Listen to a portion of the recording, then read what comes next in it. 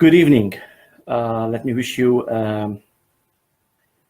happy Resurrection Day, happy Passover, happy Easter, whatever you like to call it, because some people have serious issues with the name Easter, and they believe that it came from a pagan name. So whatever name you like, happy Resurrection Day, happy Easter, happy Passover, all are fine. And today, first, I want to wish you and your families a good year. And then we will talk a little bit about the resurrection of Jesus. As I shared earlier on the Facebook, on my Facebook status, that the topic of today is the resurrection of Christ, an evidence-based miracle, an evidence-based miracle. Now, some people, the moment I write evidence-based miracle, they will be laughing at it, and they will consider this is an oxymoron. How can you say it's a miracle and at the same time you say that it is an evidence-based? What evidence can you provide for a miracle? Well, let's agree on a few things before we go into the details of the resurrection of Jesus and why I call it an evidence-based miracle. We're gonna do three basic things tonight. Number one, we're gonna put a minor definition of miracle, just for the sake of starting the discussion, and we will call a miracle practically an unexplainable phenomenon. Let's call a miracle, or define the miracle as an unexplained or unexplainable phenomena. And if that is the understanding, then we will go and discuss a little bit more about the death of Christ, the proofs of the death of Christ, and then we will focus more on the resurrection and why I'm considering the resurrection as an evidence-based miracle.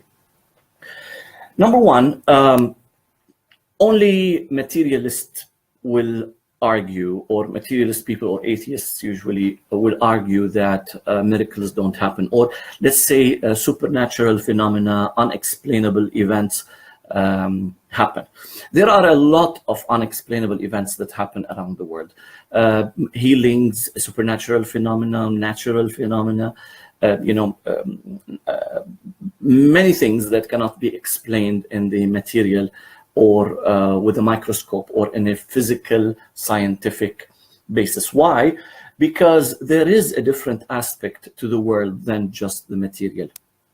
Even if you go into the discussion of psychology, psychology, or many aspects or some aspects of psychology are not material and cannot be proven by a microscope or putting chemicals together and looking for the reaction that takes place after you put the chemicals together, or you cannot observe in a physical manner. So what happens is that in psychology, you try to analyze, you try to check, you try to do some statistics, you observe, and based on some observations and some proofs, you come with a conclusion. Now, any spiritual person or person who believes that there is a realm or a dimension that is beyond the material dimension that we have, any person that believes in that sense, believes in any religion, any spirituality, they would agree that there is a different dimension or a different aspect that we cannot materially and physically understand. That's why, for the sake of that argument, today we're going to discuss or consider a miracle, for the sake of the discussion, as an unexplainable phenomenon. And the unexplainable phenomena that we will be discussing today is the resurrection of Jesus. Why the resurrection of Jesus? And why focus on the resurrection of Jesus? Because it is the number one basic Christian truth that makes a person a Christian. Actually, not long time back, I tried to do some kind of a rereading of the book of Acts. Why the book of Acts? Because the book of Acts is an early Christian history, and it states the actions of the early church, mainly two major apostles, Peter and Paul, Peter first and then Paul, and the few incidents related to other apostles. And it states how the initial church, the church that Jesus Christ established, how it started, what was its earliest message. And it mentions, actually, if you go through the book of Acts, you will find a few sermons, or you can find Peter preaching in the day of Pentecost, Peter again preaching for Cornelius. You can find as well a sermon in between, I think it was Acts 2 or Acts 3, I believe, when Peter and John did a miracle and the Jews came to them and they started preaching to the Jews. You can as well find Paul preaching a couple of times later in the book of Acts.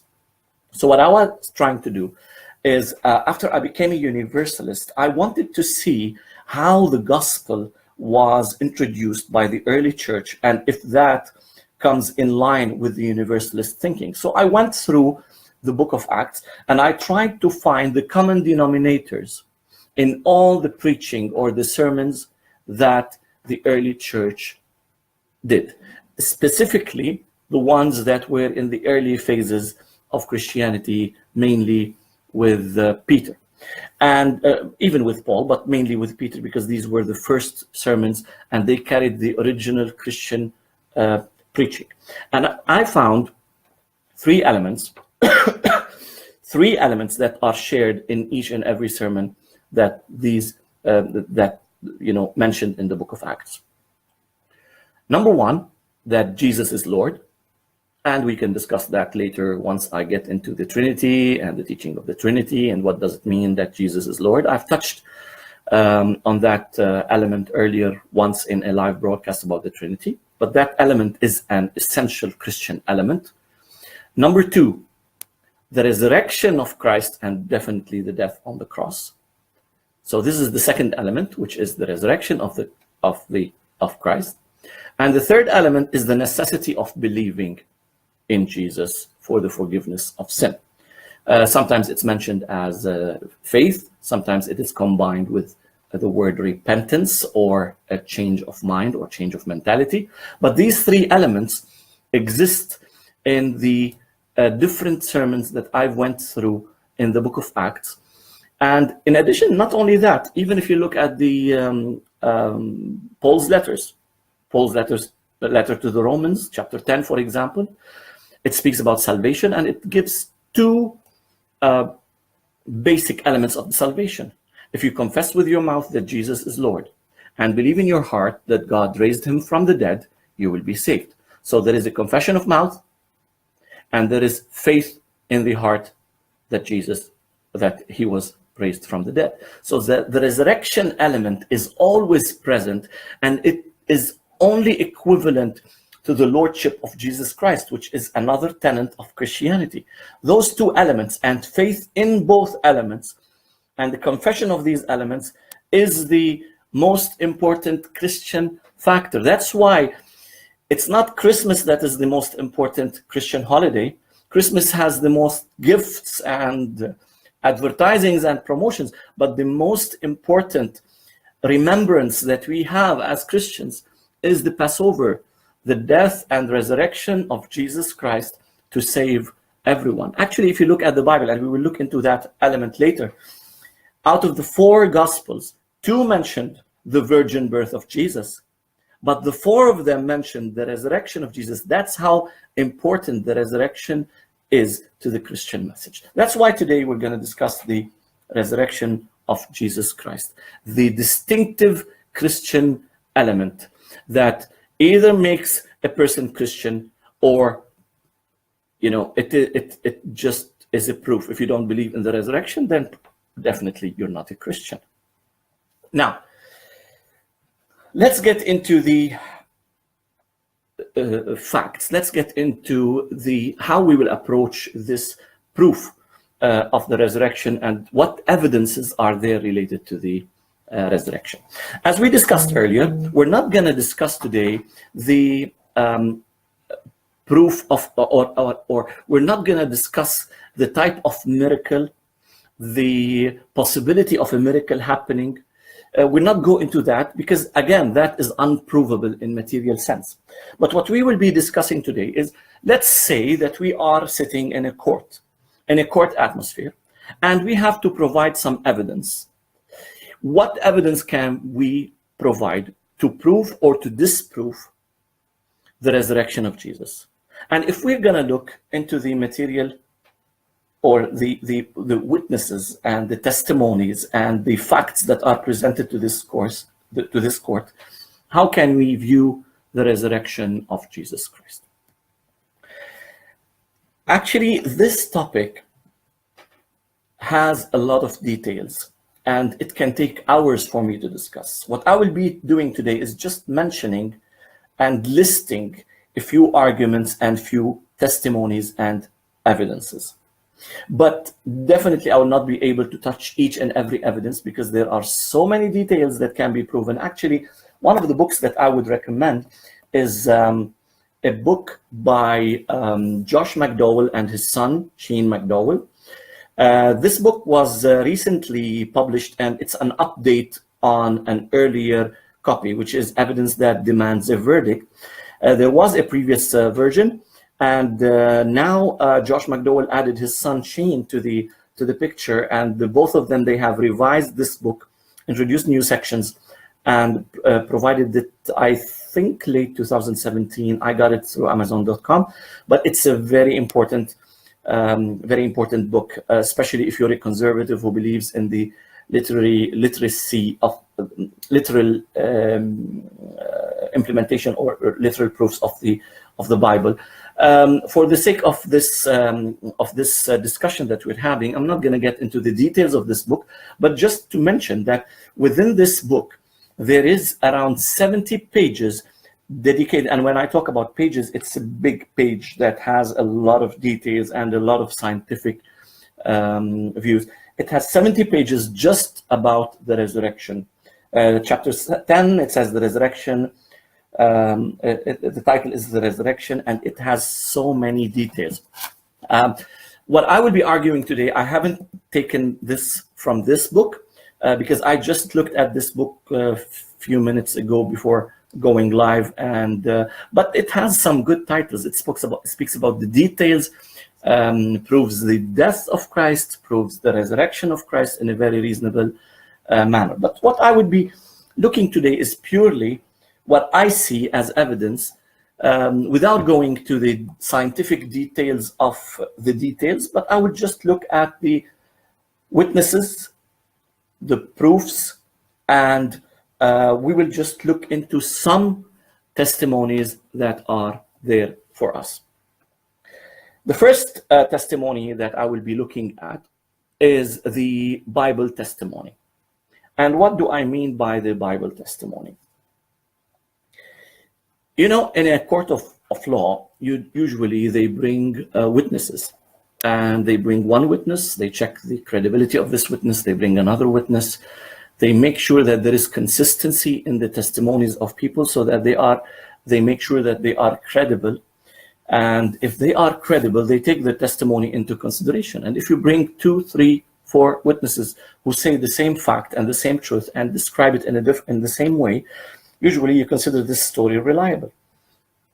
So if we look at the New Testament, at the books of the New Testament, you can see that there are more than 2 and 3 witnesses. There are eyewitnesses, and they are witnesses that investigated the facts. And we will look into one main paragraph today that Paul wrote in 1 Corinthians 15, and that would be our basic text. But before we do that, let's look a little bit about have a look at the New Testament books. Let's state some facts. Number 1, which is a basic fact, but we have to take it into consideration. The New Testament was not written by one person. The New Testament was written by many different people. You have 27 books, 13 letters were written by Paul. You have a few written by John. Now there is an argument if the same John has written all or it's a different John, but there is at least one John. And you have Matthew, you have Mark, you have Luke, who wrote the Gospel of Luke and the book of Acts, and you have the other epistles, James and Peter as well, and you have the book of Hebrews, which is not clear who is the writer, but definitely it's an apostolic writer. So let's look at these evidences. Let's start with the four Gospels. Number one, as I mentioned earlier in this discussion, the four Gospels, the four of them, mentions the resurrection of Jesus. The four of them testify to the resurrection of Jesus. Now, out of the four, two are eyewitnesses. We're talking Matthew, who is a disciple of Christ, and we have John, who is as well a disciple of Christ. Now, the other two, we have Mark, who at the time of the resurrection was probably very young. We're not sure if he was at the cross, if he was a witness at that point in time. But what we know is that he was a companion of Peter the Apostle. That's what Eusebius in his book Ecclesiastical History says. He says that, actually I was just reading it a while ago, Mark, according to Eusebius, was a companion of Peter, and he wrote the gospel in Rome when the Romans requested that Peter's verbal teachings be put in a book. Peter himself did not write, but Mark wrote on his behalf, and that's where the Gospel of Mark came to us. And you have, again, the book of Luke. Luke clearly mentions that though he was not an eyewitness, but he investigated the facts that he mentioned in his gospel. And even at the introduction of both his gospel as well as the book of Acts, he clearly mentioned that these things were investigated by him, and these are facts that he himself can witness to. Actually, in the book of Luke, the introduction of the Gospel of Luke says, "Inasmuch as many have undertaken to compile a narrative of the things that have been accomplished among us, just as those who from the beginning were eyewitnesses and ministers of the word have delivered them to us, it seemed good to me also, having followed all things closely for some time past, to write an orderly account for you, most excellent Theophilus, that you may have certainty concerning the things you have been taught." So Luke, practically what he did, he took the testimony of eyewitnesses and ministers of the word, took what they delivered, investigated that, put it in an orderly account, and presented it to Theophilus. So again, we have a reliable source. Again, the same in the book, in the beginning or in the introduction of the book of Acts, we find Luke saying, "In the first book, O Theophilus, I have dealt with all that Jesus began to do and teach until the day when he was taken up, after he had given commands through the Holy Spirit to the apostles whom he had chosen.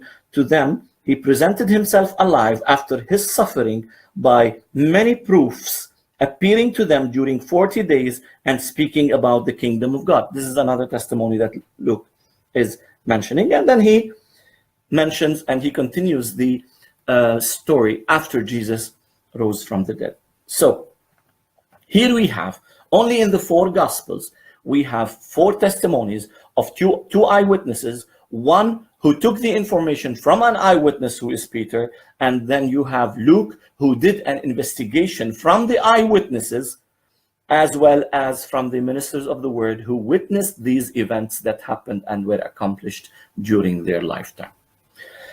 We can add to that Paul's testimony in the book of Romans, and in all 13 letters. You can find a reference to the resurrection of Jesus in so many instances in those 13 letters. And actually today, in a while, we will look into one major paragraph talking about the resurrection. And we can even look at till the end, till the book of Revelation, where it is clearly said, Jesus himself said, "I am alive, and I was dead, and I will be alive forever." So again, that's another testimony of Jesus rising or being resurrected from the dead. All of these facts prove a simple thing. You have several witnesses, different witnesses, writing their books in different places, in different years, writing about the same event, assuring that the resurrection of Jesus Christ actually took place. Those are eyewitnesses, and they presented their testimony when the majority of people who witnessed or who lived in the age when the miracle took place were still alive. Actually, today we will be looking at 1 Corinthians 15, chapter 15, that Paul wrote.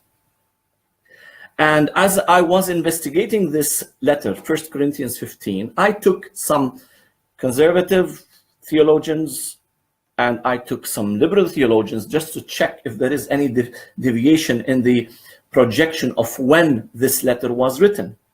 And both confirmed that, or had the same view, that the first letter to the Corinthians was written around year 53 to 54 AD.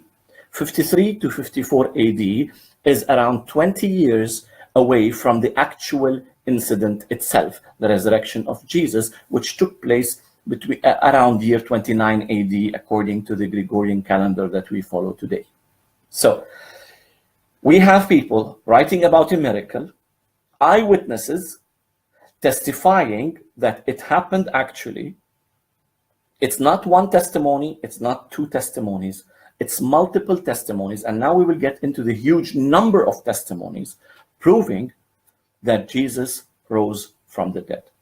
I've seen many religions. Number one, their books are written by one person. Sometimes there is no proof or there is no evidence of any miracle except that this person wrote that there was a miracle. I look at the Book of Mormons and see, the funny story about the Book of Mormons is that somebody received golden plates and he translated the golden plates while the other people heard him from the other side of there was like a, if I recall correctly, there was some like a separator.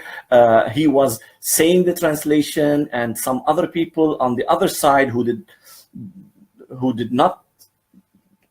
were not able to translate what was on the golden plates just heard him and wrote what he said, and then after that the golden plates disappeared. That's not a proof. That's one person claiming something, and millions now follow that guy in the United States and around the world.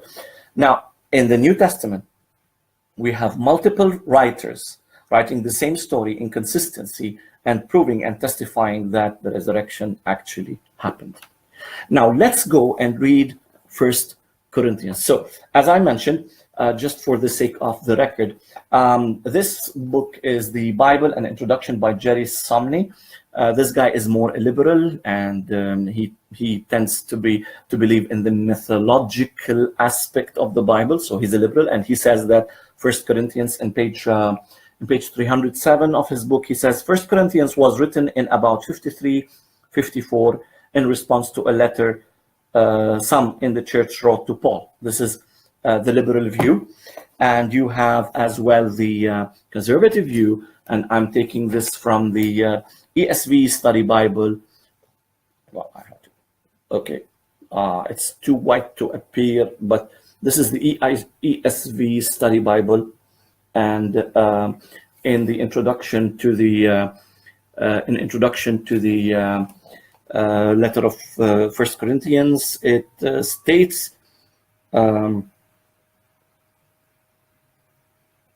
The date Paul wrote 1 Corinthians from the city of, in the Roman province of Asia. Actually, it's not, sometime before the first day of Pentecost, and therefore in the spring. It is unclear whether this was the spring of AD 53, 54, or 55. They have the range of writing this letter is between 53 AD and 55 AD. So both the liberal as well as the conservative view, they agree that this letter was written just 20 years approximately from the event itself, from the resurrection of Jesus Christ. Why am I focusing a lot on the date that the 1 Corinthians letter was written? Because I'm going to read a paragraph from 1 Corinthians 15 where Paul is speaking about the resurrection of Christ and proving it with so many testimonies. And let's look at these. So I'm going to read 1 Corinthians 15, starting from verse 3. That's where the paragraph starts. Paul first mentioned that resurrection, as I mentioned earlier, that the resurrection is crucial. And without resurrection, there is no Christianity. And the whole Christian faith is meaningless if the resurrection is not true. Let's read what Paul says, and then I might stop from time to time just to look into the evidences presented. So Paul says, for I delivered to you, he's writing to the church in Corinth, for I delivered to you as of first importance what I also received, that Christ died for our sins in accordance with the scriptures. And we've looked last week about the scriptures and the prophecies that Christ will die. That he was buried and he was raised on the third day in accordance with the scriptures. And again, we can look into the scriptures and prove that he will be raised from the dead. And that he appeared. Look at this. Now, Paul is providing the evidence. He says, I've received what I delivered to you, which is that Christ died, was buried, and was raised on the third day, in accordance with the scriptures, and he appeared. And he starts listing the appearances of the resurrected Jesus, the physical appearances of the resurrected Jesus. So to use this as a proof to the Corinthians that the resurrection is not a myth, it's not just a philosophical idea that we brag about or we discuss in a vague spiritual manner. It is a fact. It is a truth, and there are witnesses. Who are these witnesses? And he starts mentioning them. Number one, he says, and that he appeared, this is 1 Corinthians 15, verse 5, and that he appeared to Cephas. Cephas is the name of Peter. Peter is called Cephas. That's, I think, Cephas is the, if not mistaken, the Aramaic name or the Hebrew name. And then Petros is the Greek name. Anyway, then to the 12. So number one, there's one witness who is Peter. And then he appeared to the 12, which is 11 more. Then he appeared to more than 500 brothers at one time, most of whom are still alive, though some have fallen asleep. If I am sitting in a court of law and I have Peter coming and testifying that he saw Jesus raised from the dead, then 11 more, in addition to Peter, testify that, yes, we also have seen Jesus raised from the dead. And then a big portion of 500 people, because some of them were already dead when Peter wrote his letter to the Corinthians, some have died, but the majority, most of whom, he says here, most of whom are still alive. So the majority of the 500 witnesses are still alive and can testify. What is Paul trying to say? He's telling the Corinthians, look guys, if you're not sure about the resurrection, we have hundreds of witnesses that can testify. He's writing this in year 52, 53, 54 AD. He's writing to people who can investigate, who can travel to Jerusalem, who can go to anywhere in the Roman Empire and check for the facts. Our faith as Christians is not based on an assumption that somebody made or a philosophy of somebody claiming that he got an inspiration and something appeared to him and he said XYZ. We have hundreds of people who saw Jesus die, proven death, and who saw him alive. Again, he appeared to them, and our faith is based on evidences. As I mentioned earlier, we cannot explain the miracle, but we can prove that the miracle actually happened by the witnesses, the hundreds of witnesses who actually saw the resurrected Jesus, and to whom who Paul is using as witnesses, as modern day witnesses, because when he wrote to the Corinthians, all those witnesses, the hundreds of them, were still alive and can testify. And then he continues. So it is Cephas, the 12, 500 brothers, the majority of whom are still alive. Then he appeared to James. Now, there is a specific thing about James that I will be mentioning. But let me finish first the reading, and then I will mention there is a distinctive with James and Paul that is not in line with the others. So then he appeared to James, then to all the apostles, once again to all the apostles. Last of all, as to one untimely born, he appeared also to me, for I am the least of the apostles, unworthy to be called an apostle. Now, hundreds of witnesses, the majority of whom actually were Christian believers. But there are witnesses who saw Jesus who were not believers but became believers when they saw Jesus. So people who say that this is an illusion, this is mass hypnosis, that all these hundreds of people saw one incident at one point in time, though there is no proof of a mass hypnosis whatsoever. So you cannot have or mass illusion. You cannot have 500 people seeing the same thing at the same time and witnessing to that and willing to die for their faith because of that. But we have these two. We have Paul, who saw Jesus on the way to Damascus, while he was not a believer in Jesus. Actually, he was persecuting those who believe in Jesus. Actually, if we continue, he would say, Paul, he thinks he's unworthy. Why? Because I persecuted the church of God. But by the grace of God, I am what I am, and his grace towards me was not in vain. So we have Paul, who did not believe in Jesus, but he saw Jesus and witnessed to his resurrection. And we have James. Now, who is James? James is the brother of Jesus. Now, Catholics and Orthodox will shout at me, no, Jesus didn't have brothers. Regardless, for the sake of the argument, no matter how you understand the word brother, whether you understand it a cousin or an actual brother, the brothers of Jesus did not believe in him before his resurrection. It's evidenced in John, in the Gospel of John. I think it's John 7 that says that for his brothers did not believe in him. If I'm not mistaken, it is John 7, where it says that his brothers did not believe in him. I think it's either John 7 or John 17, something like that. Anyway, for the sake, you can find it in the Bible everywhere. It clearly says, I think it's John 17, if I'm not mistaken. So it says that his brothers did not believe in him. Anyway, we can discuss it later. So you have James, the brother of Jesus, did not believe in Jesus before his resurrection.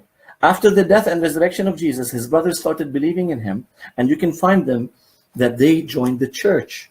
They joined the church immediately after the resurrection of Jesus.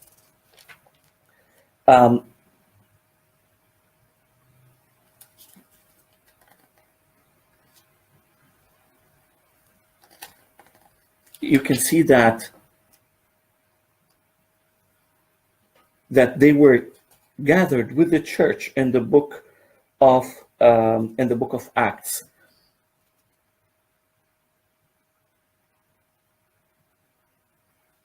Yeah, it's there in Acts 1:14. It says, all these, the 12 apostles, were gathered with the other disciples of Christ. All these, with one accord, were devoting themselves to prayer, together with the woman and Mary, the mother of Jesus, and his brothers. So his brothers did not believe in him, but they started believing in him immediately after the resurrection. So Jesus appeared to James. This guy who did not believe previously in Jesus saw Jesus alive. So All these cloud of witnesses, hundreds of people believing or confessing and willing to die for their faith that Jesus was raised from the dead. Actually, if you look at the 12 apostles, the tradition says that only one of them died of natural death. The other 11 were all martyrs. They were killed for their faith in Jesus. Peter, though it's not mentioned in the Bible, but it is referred that he was killed or crucified upside down. Many others, James, son of Zebedee, his head was cut off, and many others were killed in persecution against Christians. All of them died for their faith. Actually, even John, who, according to tradition, died of natural causes, there is as well a traditional story that they attempted to kill him, but he did not die. So all of these are proofs. All of these are scientific evidences, proof-based miracle, that if you have these hundreds of people coming in front of a court of law and testifying that they have witnessed the resurrection of Jesus, you cannot just dismiss it and say, well, it's just a myth, or it's just a concept, a spiritual concept that nobody can prove. Actually, the resurrection of Christ is an evidence-based miracle. We cannot explain how, we cannot explain the details of it, but we can prove one thing. Hundreds of people were willing to die for their faith, just to present and to witness and testify that Jesus actually rose from the dead on the third day, as he himself predicted or prophesied, and as the Old Testament prophesied or predicted on so many different instances. This is the Christian faith. This is the basic fact for any Christian to become a Christian, actually, to believe that Jesus actually rose from the dead. Let me read to you a summary of the Christian gospel, and you look at the centrality of the resurrection of Jesus.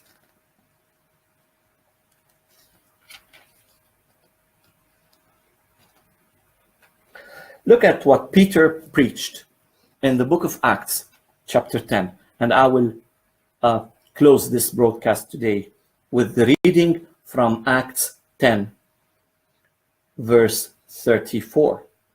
It says, so Peter opened his mouth and said, look at this beautiful gospel that the early church proclaimed everywhere. Truly, I understand that God shows no partiality, but in every nation, anyone who fears him and does what is right is acceptable to him. As for the word that he sent to Israel, preaching good news of peace through Jesus Christ, he is Lord of all. You yourselves know what happened throughout all Judea, beginning from Galilee after the baptism that John proclaimed, how God anointed Jesus of Nazareth with the Holy Spirit and with power. He went about doing good and healing all who were oppressed by the devil, for God was with him. And we are witnesses of all that he did, both in the country of the Jews and in Jerusalem. They put him to death by hanging him on a tree, but God raised him on the third day and made him to appear, not to all the people, but to us who had been chosen by God as witnesses, who ate and drank with him after he rose from the dead. And he commanded us to preach to the people and to testify that he is the one appointed by God to be judge of the living and the dead. To him all the prophets bear witness that everyone who believes in him receives forgiveness of sins through his name. This is the gospel that the early church preached. The gospel is simple, it's inclusive. It says that God has no partiality.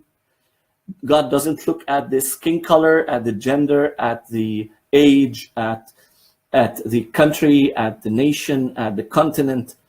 God doesn't differentiate between people. All people, everyone who comes to God, God will accept them with open arms. This is the first fact that we Christians preach. And that Jesus, the preacher of the good news of peace, is the Lord of all. This Lord of all came doing good and healing all the sick. He died on the cross. On the third day, he rose again. And there are witnesses to his resurrection. Peter in this sermon is witnessing to the resurrection of Jesus and saying, we have been chosen, to us who had been chosen by God as witnesses, who ate. Look at the focus of the actual physical resurrection, not just the conceptual, spiritual resurrection of Jesus as some claim. No. He says, we who ate and drank with him after he rose from the dead. It was a physical resurrection that is proven and that they experienced and they testified to. And he commanded us to preach to the people and to testify that he is the one appointed by God to be judge of the living and the dead. To him, all the prophets bear witness that everyone who believes in him receives forgiveness of sins through his name. This is the Christian gospel. This is the message. Jesus died, rose again. He's Lord of all and judge of all. And everyone who puts his trust in him will be saved, will receive forgiveness of sins, and will be united with God. No partiality, no distinction between people, just all are God's children, accepted and loved by him. It's an amazing gospel that we need Christians to refocus on and remember that Jesus rose from the dead. We are the heirs of the witnesses who saw Jesus rose from the dead, who ate and drank with him, who touched his body because of his bodily resurrection. Jesus rose from the dead, and we are witnesses based on the testimony of hundreds of eyewitnesses that wrote to us in the book, in the Bible, about this great message. Thank you for listening. Thank you for watching this broadcast, and may the Holy Spirit open all our eyes to understand the power that is there in the resurrection of Jesus. The divine power that raised Jesus from the dead is the same power that can touch us today, change our lives, give us strength, empowers us to live and to flourish in this life and to be united with God in the life to come. God bless you, and see you next week in a new broadcast. See you then.